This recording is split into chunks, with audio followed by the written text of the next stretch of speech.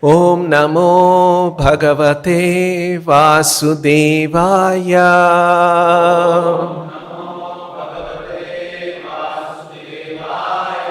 Reading from Srimad Bhagavatam, Canto 5, Chapter 6, text number 5. Kamo manyur madho lobha shoka moha bhayadayaha karma bandhaschayan mulaha svikuryat ko nu tadbuddhaha. Translation and purport by His Divine Grace A.C. Bhaktivedanta Swami Srila Prabhupada. The mind is the root cause of lust, anger, pride, greed, lamentation, illusion, and fear. Combined, these constitute bondage to fruitive activity. What learned man would put faith in the mind? Translation with repetition. Purport by Srila Prabhupada. The mind is the original cause of material bondage. It is followed by many enemies such as anger, pride, greed, lamentation, illusion, and fear. The best way to control the mind is to engage it always in Krishna consciousness. Savai manah Krishna padara vindayo.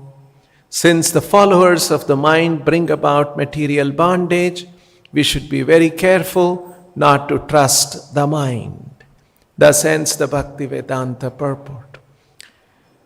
So we are reading in this chapter called The Activities of Lord Rishabhadeva. In today's verse,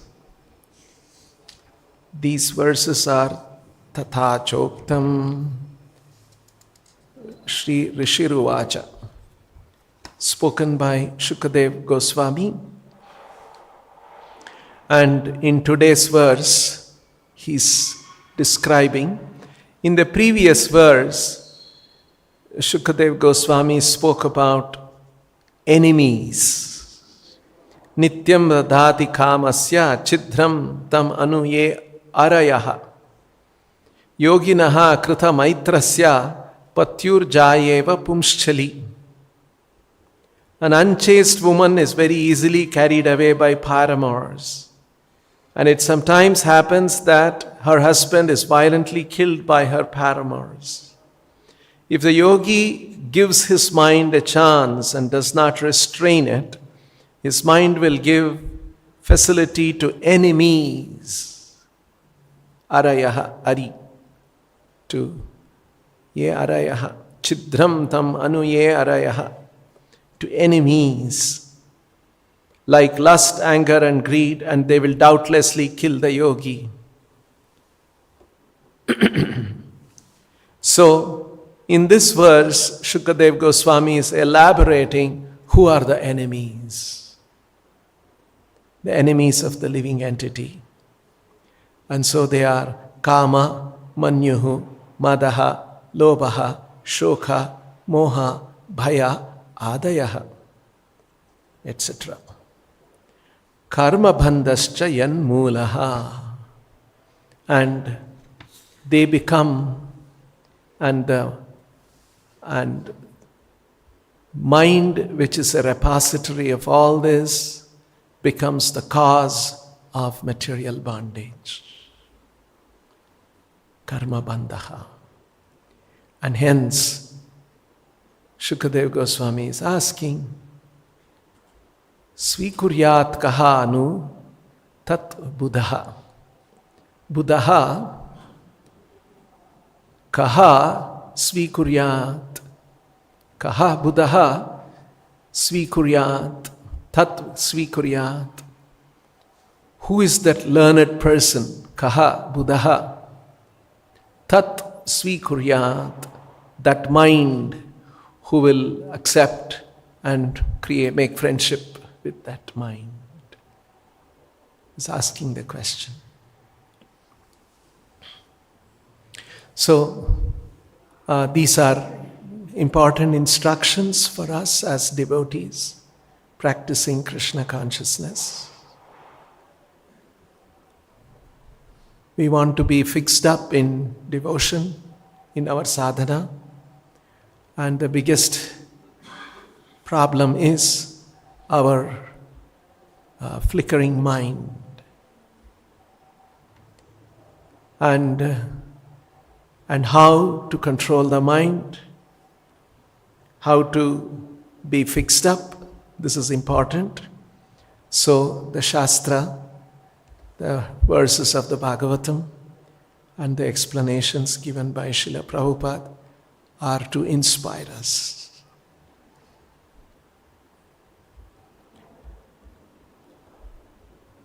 Recently I met someone and they asked the question. I think it is a question that in India and in many parts of the world, I think this is going on. This person asked me, young person, he asked me that, people get married and then somehow things don't go along. And then there's bitterness and they try to divorce. There is one data which says in our country, in all the metros in our country, the family courts are having increased number of cases of divorce.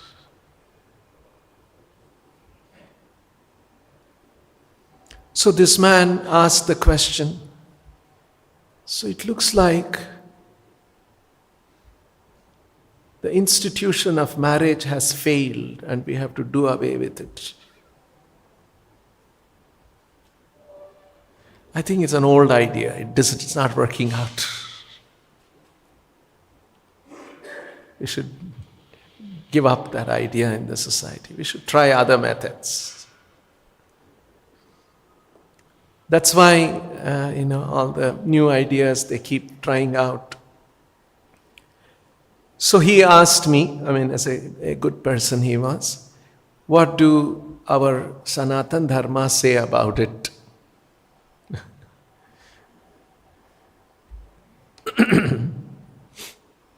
So I was thinking, then I remember one instruction of Srila Prabhupada. See, Prabhupada says, disturbance is due to want of an ultimate goal. In our lives, we need an ultimate goal, a great goal. Even modern people talk about it. There must be purpose to your life. And that purpose will drive you. But usually, we are talking about, Srila Prabhupada is talking about want of an ultimate goal, ultimate purpose. People, because they don't know the ultimate purpose, but at least the idea that there is a purpose-driven life is more interesting. That's the idea. So some people take up the purpose of tigers. Some people take up purpose of lakes in the city, trees in the neighborhood. Some idea like that, we must have more trees. We must save the tigers. And that somehow motivates them. Something like that. So a purpose. But unfortunately, because they are not very educated and in spiritual matters, they pick up some small goals. Tiger, trees, lakes, peace in the society, child rights, human rights, women rights. We are not saying any of these are unimportant. They all have their planes. But we are saying, Srila Prabhupada is teaching, the Shastras are teaching, human life, there is an ultimate purpose. And that ultimate purpose is rooted in reality. The ultimate purpose is rooted in our natural position. And that ultimate goal which Shastras offer, which is that human life is meant for reviving our relationship with Krishna and to be situated in that relationship. That's such a sublime goal. And a goal that is in line with our nature, our true identity, our true nature. And hence, that goal, if it is, we are charged with that goal in our life, then we will know how to conduct our lives, we look at everything we look at in the world in relation to this goal. In fact, they say, when you wake up in the morning, when the alarm rings, in a few seconds, that purpose of life should electrify your body, should make you jump out of the bed. And here we have the Shastras give us the most sublime goal and purpose of life, which should truly electrify us when we wake up in the morning and throughout our life, throughout our day. And we look at everything in our lives through this lens. And in fact, human society collectively has this goal. And when you have this purpose in mind, then you will see how to conduct our lives, how to conduct married life, how to conduct professional life, how to conduct business life, how to conduct personal life. This ultimate goal the Shastras present is so powerful. And when we are charged by that purpose in life, we will know how to organize everything. Because that is lacking. That's what Prabhupada is talking about. Disturbance is due to want of an ultimate goal. We don't have that ultimate goal. And because of that, we pick up some small goals and we experience disturbances in the world. And because it's a small goal, it doesn't deserve the status of a goal of life. It's somehow, because of lack of information, we pick up that goal. And that does not drive us beyond a certain point. So one important thing that actually, when we read Prabhupada's books carefully, we come to an understanding. This is actually a message of the Shastra, message of the Gita. Usually we see, when we preach, we very quickly learn these things in Krishna consciousness and we talk. Krishna is the supreme enjoyer. Yes, definitely Krishna is the supreme enjoyer. But there's one more nuance to it. Prabhupada talks about it. Shastras talk about it. Krishna is not only the supreme enjoyer, he is the only enjoyer. When you say Krishna is the supreme enjoyer, he is the supreme, I'm a subordinate enjoyer. He is primary, I am second. I am also an enjoyer, but he is primary. I must accept his primacy, and I am a second. No, he is the only enjoyer. And we are meant for serving him. And when we serve him, we are constitutionally so situated that we will become happy also.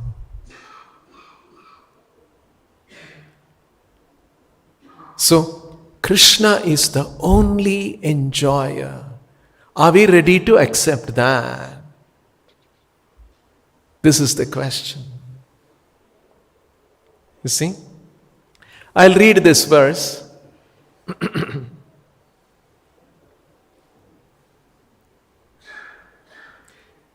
Here, this is the second chapter of the Gita, when Arjuna has asked the question, Sthita pragnasya ka bhasha samadhisthasya keshava. What are the symptoms of a self-realized person? Sthita pragnasya ka bhasha samadhisthasya keshava. Kim asita vrajeta kim? How does he sit? How does he act? How does he walk? For that, Krishna is answering. So one of the verses in that answer, series of verses, is this particular one. So let's read this and let's read the purport, how Prabhupada talks about this.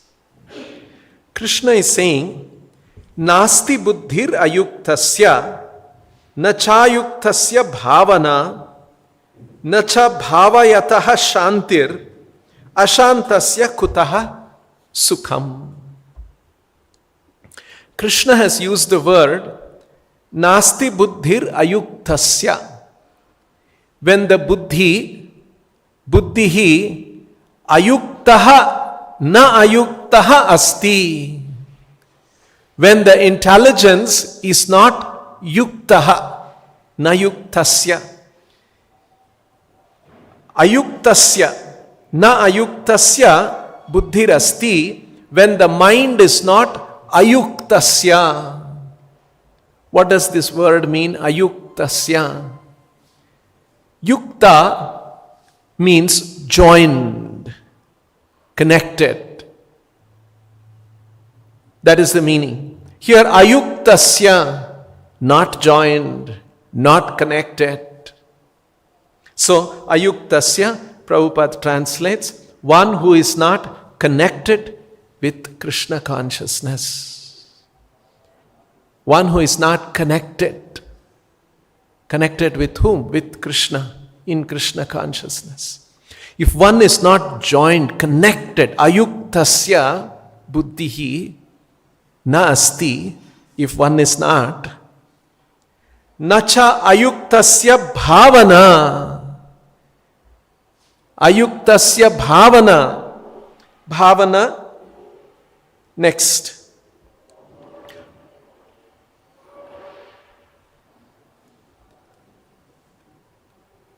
Ayuktasya, of one devoid of Krishna consciousness. Bhavana, mind fixed in happiness. Nacha abhavayataha, and one who is like this, abhavayataha, one who is not fixed. Shantihi, na shantihi, he will not have peace. Ashantasya kutaha sukham, if there is no peace, where is the question of happiness? Krishna is asking. One who is not in transcendental consciousness, ayuktasya, can have neither a controlled mind nor steady intelligence, without which there is no possibility of peace. And how can there be any happiness without peace? So I'll read the purport. Unless one is in Krishna consciousness, there is no possibility of peace. So it is confirmed in the 5th chapter that when one understands that Krishna is the only enjoyer of all the good results of sacrifice and penance, and that he is the proprietor of all universal manifestations, and he is the real friend of all living entities, then only can one have real peace. Therefore, if one is not in Krishna consciousness, there cannot be a final goal for the mind. There is no final goal for the mind. Disturbance is due to want of an ultimate goal, and when one is certain that Krishna is the enjoyer, proprietor, and friend of everyone and everything, then one can with a steady mind bring about peace. Therefore, one who is engaged without a relationship with Krishna is certainly always in distress and is without peace. However much one may make a show of peace and spiritual advancement in life, Krishna consciousness is a self-manifested peaceful condition which can be achieved only in relationship with Krishna. It's a very beautiful last sentence, you see.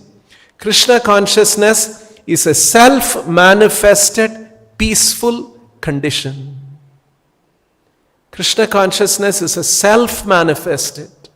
It manifests by itself. It is not an external imposition.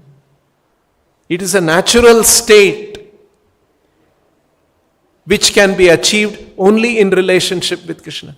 Why Prabhupada is saying this is, without relationship with Krishna, we try to bring peace in this world, but that will not work. So, the first point is that we must accept Krishna is the only enjoyer. In fact, let's see how this 9th chapter, Krishna promises that I'll teach the most confidential knowledge, isn't it? Idam tu te guhyatamam pravakshyami anasuyave. That's how the 9th chapter begins. So, here,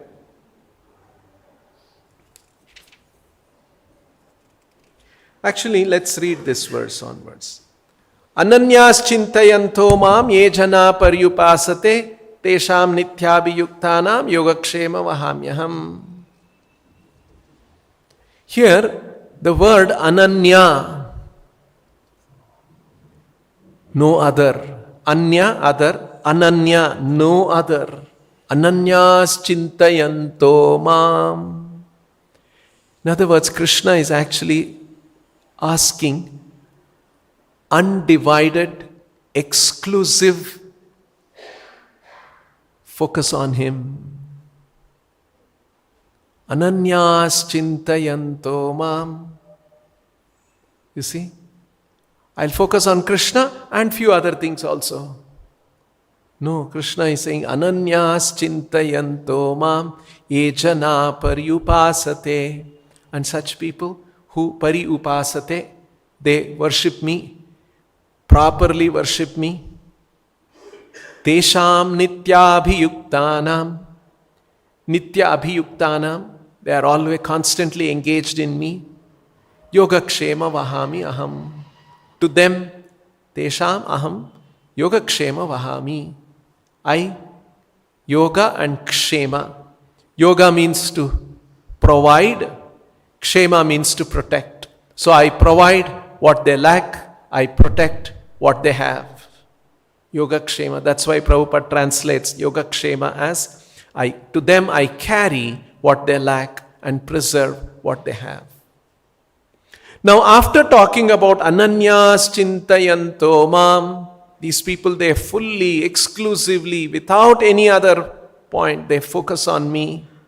Next verse, Yepi Anya Devata Bhakta. But there are others. Anya Devata Bhakta. They focus on other devatas. Very clearly, you see.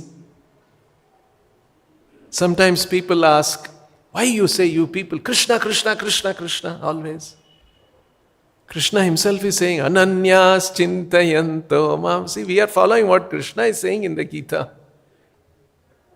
And in the next verse, Epi Anya Devata Bhakta Yajante Shraddhayan Vitaha. Anya Devata Bhakta also, with Shraddha, they worship Anya Devata. Shraddhayan Vitaha, imbued with, full of Shraddha, they worship Anya Devata Bhaktaha. Tepi Mameva Yajanti. They are actually worshipping me only, but avidhi purvakam, but in an improper way. When somebody is worshipping devatas, Shiva, Ganesha, Durga, they are actually worshipping Krishna. Now this statement we have to be a little careful. This can be misunderstood. That's why Prabhupada says, if you see a constable in the street, oh, constable is there, he's watching, I should drive you become a little careful. You're trying to enter, one red light is there, nobody. You try to, no, constable. You show respect to your constable because because of your respect to the government. Constable, sub-inspector, inspector, all of them, you show respect, you are respecting the government. But the ultimate person in the government, because they are all deriving their authority from the government. He has an appointment letter, sub-inspector, constable. Now you have been appointed as a constable. By whom? By the police department of the government.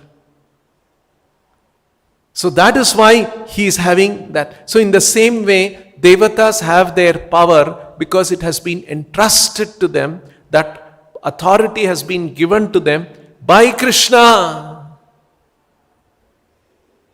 And hence, when you respect the constable, you are respecting the government. So, Tepi Mameva Yajanti, they are also worshipping me. But apart from them, I am the supreme. You have to recognize me.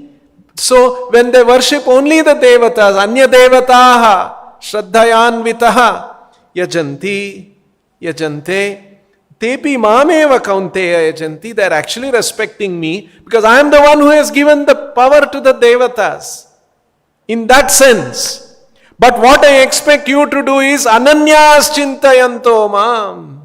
Not avidhipurvakam. Don't do in an improper way. After saying this, next, because you see, why is this chapter called the most confidential knowledge? Because Krishna is revealing his true position. And the true position cannot be accepted by somebody unless one has trust and faith in Krishna. You see? That's why Krishna says in the beginning itself, Ashraddha Dana Purusha Dharmasyasya Parantapa Aprapya Mam Nivartante Mrityu Samsara Vartmani.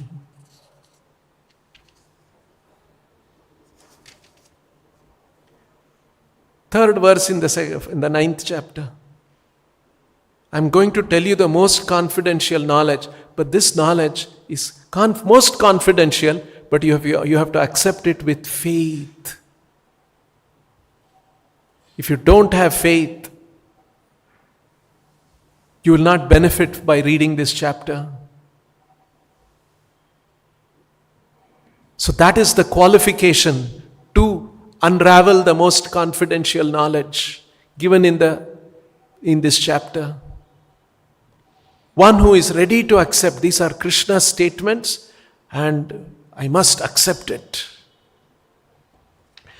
And after this avidhipurvakam, tepi anya devata bhakta, after that Krishna says, aham hi sarva yagnanam bhokta cha prabhurevacha natumam abhijananti tatvenataschavanti te.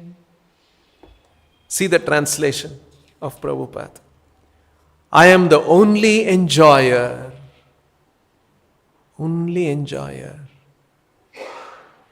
And the only object of sacrifice. Aham hi yagnanam, aham hi sarva yagnanam, bhokta cha prabhurevacha. Sarva yagnanam, aham hi bhokta. Sarva yagnanam, aham hi prabhu. I am the master. Those who do not recognize my true transcendental nature. See, these words are important. Natumam abhijananti tatvena.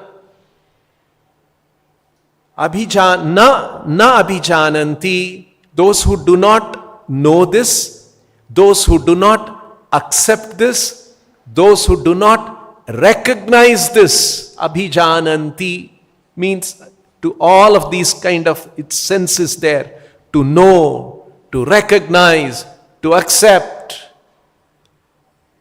Tatvena abhijananti. Mam tatvena, my true nature, they are not recognizing, they are not accepting as what? Aham hi sarva yagnanam bhokta cha prabhureva cha. They, what happens? They chavanti te. They fall down. Chavanti, chuta, achyuta, never falls down. Chuta, chavanti, they fall down. I am the only enjoyer and the only object of sacrifice. Those who do not recognize my true transcendental nature fall down. So, first point is Krishna is the only enjoyer. Next thing that Krishna is pointing out is Krishna is the only proprietor.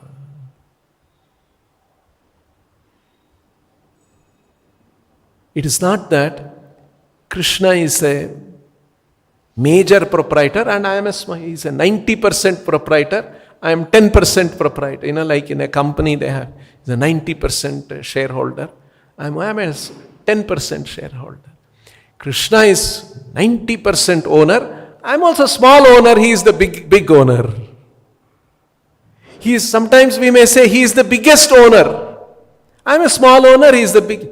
No, you are no owner at all. He is the only owner. This is the sense. Bhoktaram yagnatapasam sarvaloka maheshwaram. Similarly, third point is, he is the only friend.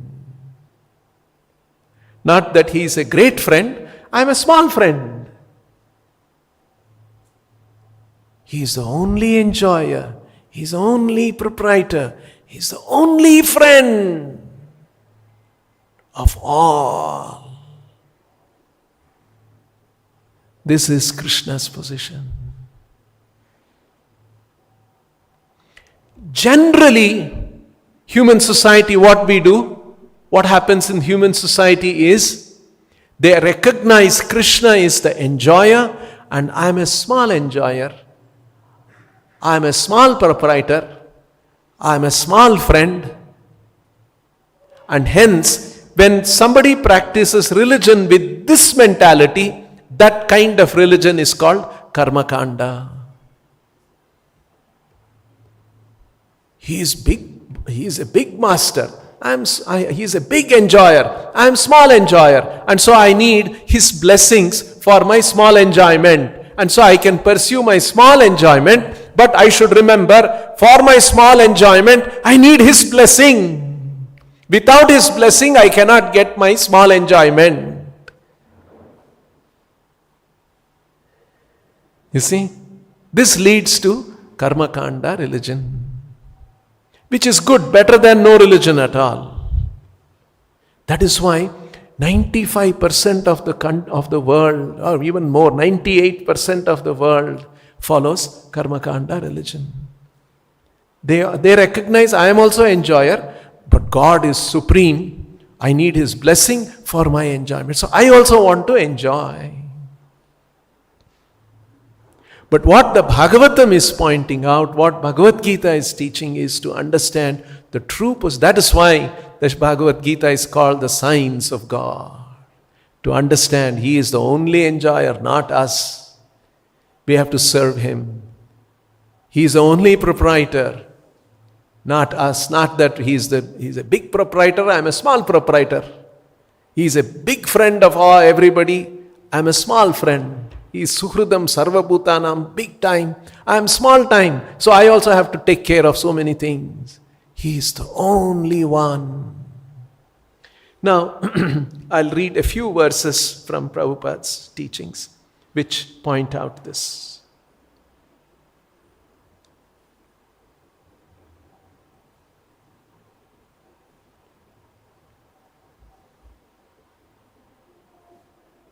Okay. One should therefore be intelligent enough to know that the Lord is the only proprietor of everything in the universe and that he is the original creator, the creator of Brahma.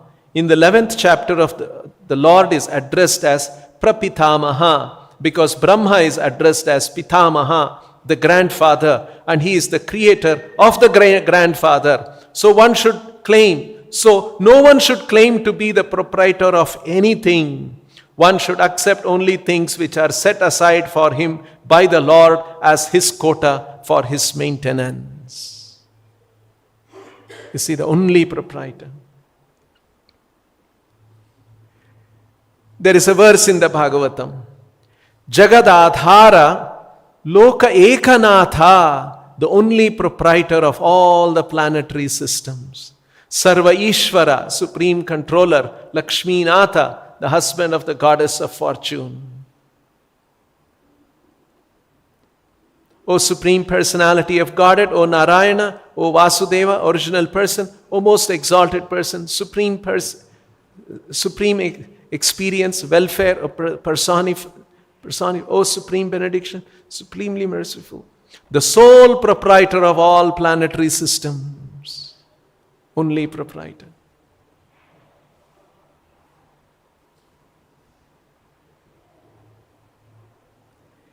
In the Krishna book, in paraphrasing Gopi's words, Prabhupada says, besides that, as stated in the Bhagavad Gita, you are the only enjoyer, you are the only proprietor, and you are the only friend. As such, we have come to you, Gopis are telling Krishna, leaving aside all so-called friends, society, and love, and now you have become our enjoyer. Let us be everlastingly enjoyed by you. Be our proprietor, for that is your natural claim. And be our supreme friend, for you are naturally so. Let us thus embrace you as the supreme beloved.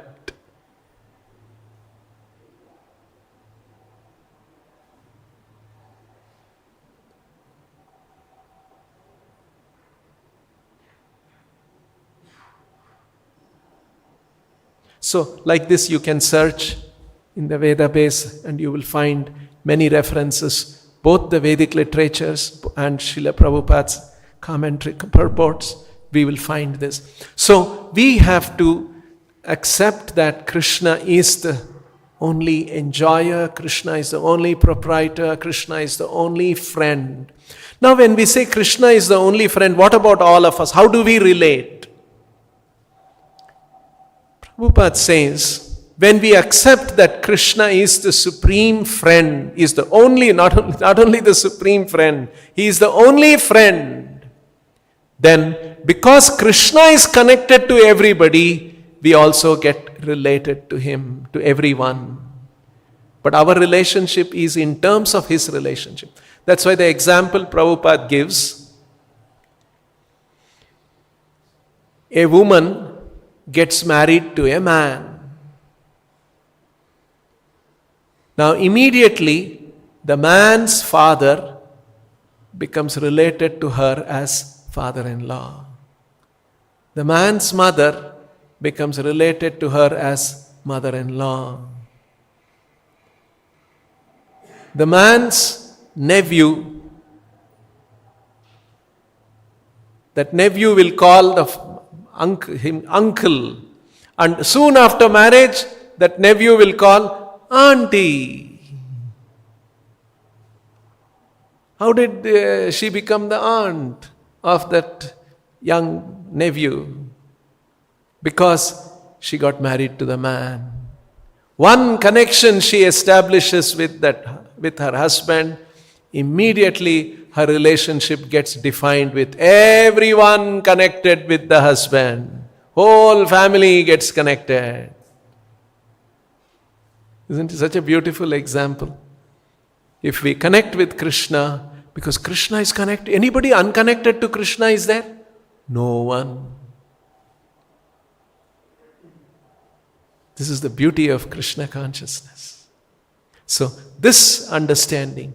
So, when we understand and when we recognize that, and when we don't recognize that, mind comes up with all these different ideas. I am the enjoyer, and when I don't get my enjoyment, I get upset, angry. And when I get some enjoyment, I want more enjoyment, greed. And when I see I am enjoying, but I see someone else also enjoying, I become jealous. And when I'm thinking I am the enjoyer, so nice, I'm in illusion. And in that illusion, I'm enjoying and I want more and more, I become charged with that, I become mad. And when I'm enjoying like that and I see others are not so much enjoying, look at me, I am enjoying, I get pride. Look, you see how all these come as enemies of the living entity. And because of that, because of all these ideas, we work very hard in this world to maintain and continue and expand my enjoyment. And when we do that, karma bandhanaha, we get caught up in the reactions of the material world. And the soul has to stay in the material world.